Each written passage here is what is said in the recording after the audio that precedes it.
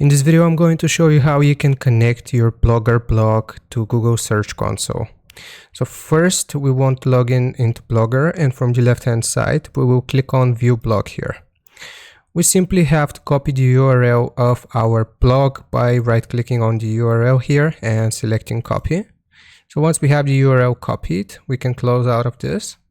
And we want to go to Google and search for Google Search Console. It will show us a bunch of results, but we want to focus on the first one, the official Google Search Console. If we open up this link, we have to click on Start Now. And here we will paste the URL that we just copied in this second box, URL prefix. So right click and paste.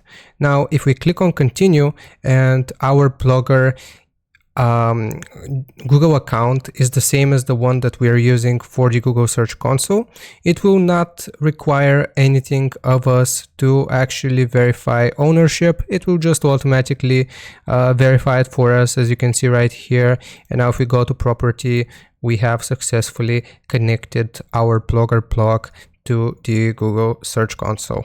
So hope this helps you out. Leave a like and sub, and I'll see you next time.